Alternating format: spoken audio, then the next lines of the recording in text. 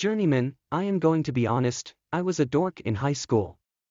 I did all the clubs, all the sports, and had a 3.9 GPA. I had a full scholarship to a handful of different colleges and chose to stay at a local school that several of my friends were going to. I quickly learned that my priorities were anything but school, as I was a pre-med major and that required actual studying. I failed out halfway through my first semester. I tried one more time after a pep talk from some friends and pivoted to education. Again, life got in the way with having to pay bills and be a grown-up, and I quickly failed out and now had gigantic student loans and grants to pay back. I found a local manufacturing plant and decided to get a grown-up job to support myself. This manufacturing plant was over 80 years old and most of the town I lived in had either worked there or had family members who worked there. This was also during a time where you did not see women in engineering, skilled trades, or leadership roles. This was also before you could stay on your parents' insurance until you were 26, so at 19 I had an apartment, a car that worked sometimes, and no health insurance. About a month into working there, I realized that line work was going to make me insane and decided to apply for the local apprenticeship program. They had several choices: electrician, tool maker, millwright, and plumber.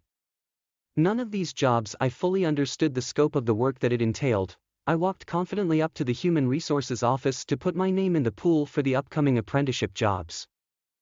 "I think I would like to be an electrician," I said to the girl behind the counter. "Are you sure?" she asked. "There is a 2-year waiting list for the electricians." I thought it over and realized I would not survive 2 more years of working on the line. And asked, "What are my other options?" The lady smiled and said, "Plumber, nope. I do not want to play with sewage." I answered quickly. "What else is there?" "Millwright," she answered. "What's a millwright?" I asked. "They are the mechanics of the building. They fix all of the equipment, they weld stuff, they build things." She replied. "They are kind of a jack of all trades." "That sounds fun. Sign me up." I answered. "You do realize there has never been a woman in that program, right?" She said hesitantly. "Why does that matter?" I asked. As a 19-year-old, I had not experienced much of the "girls can't do this" thought process. "Sign me up."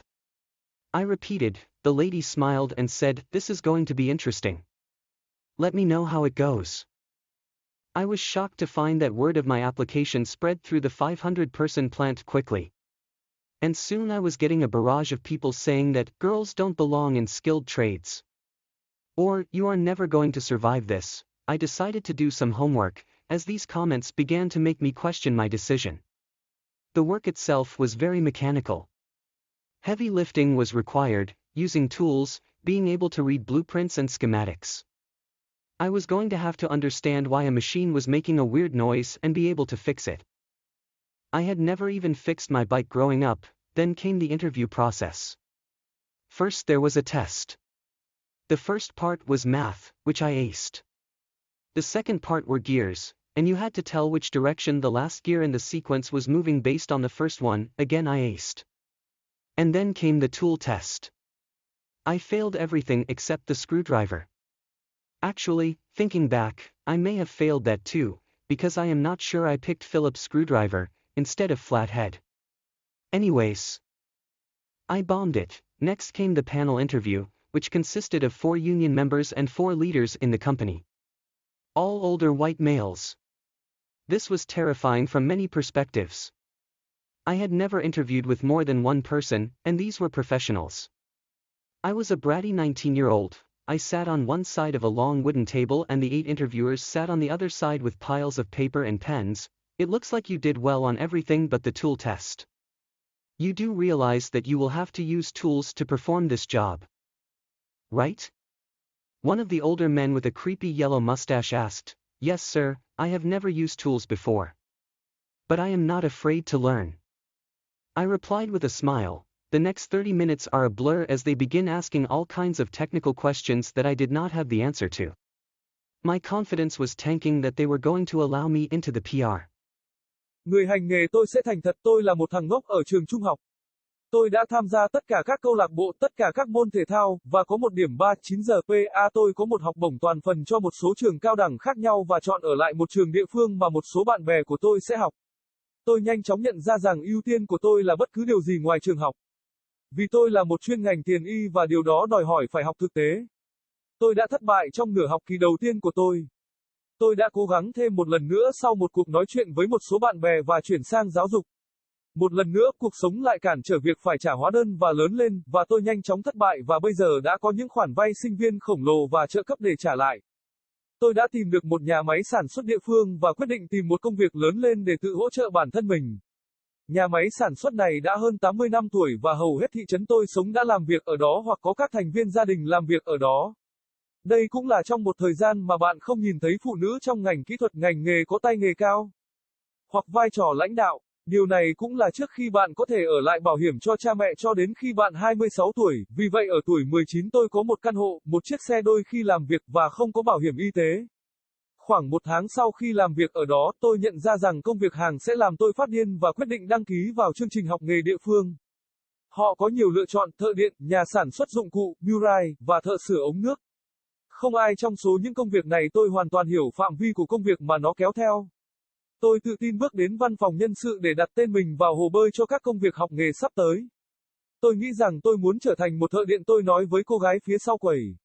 Anh có chắc không? Cô ấy hỏi. Có một danh sách chờ đợi 2 năm cho các thợ điện. Tôi đã suy nghĩ và nhận ra rằng tôi sẽ không sống sót thêm 2 năm nữa làm việc trên đường dây. Và hỏi, những lựa chọn khác của tôi là gì? Người phụ nữ mỉm cười và nói, thợ sửa ống nước. Không, tôi không muốn chơi với nước thải. Tôi trả lời nhanh chóng. Còn gì nữa không? Millwright, cô ấy trả lời. Millwright là gì? Tôi đã hỏi. Họ là cơ khí của tòa nhà. Họ sửa chữa tất cả các thiết bị, họ hàn các thứ, họ xây dựng mọi thứ. Cô ấy trả lời. Họ là loại của một rách hớp, tất cả các ngành nghề. Nghe có vẻ vui quá. Đăng ký cho tôi đã trả lời. Bạn có nhận ra chưa bao giờ có một phụ nữ trong chương trình đó, phải không? Cô ấy nói rè rè. Tại sao điều đó lại quan trọng? Tôi đã hỏi. Là một đứa trẻ 19 tuổi. Tôi đã không trải qua nhiều quá trình suy nghĩ các cô gái không thể làm điều này. Đăng ký cho tôi đã lặp lại. Người phụ nữ mỉm cười và nói, điều này sẽ rất thú vị.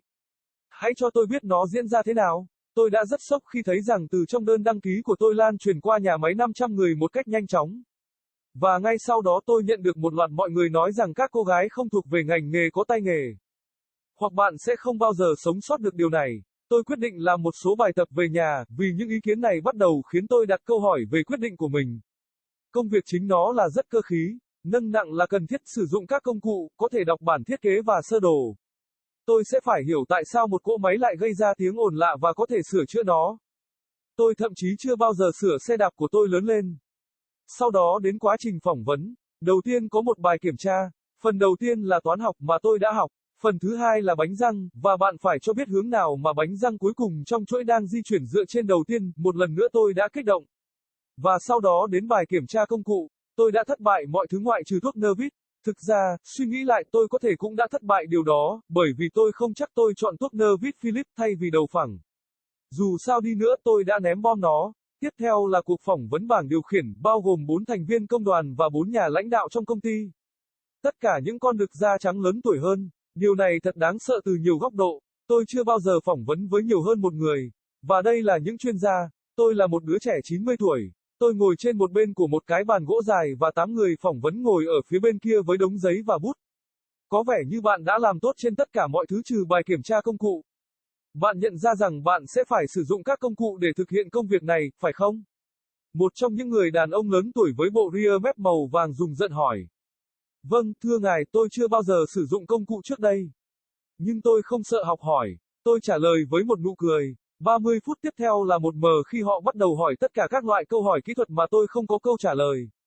Sự tự tin của tôi là tăng kinh rằng họ sẽ cho phép tôi vào PR.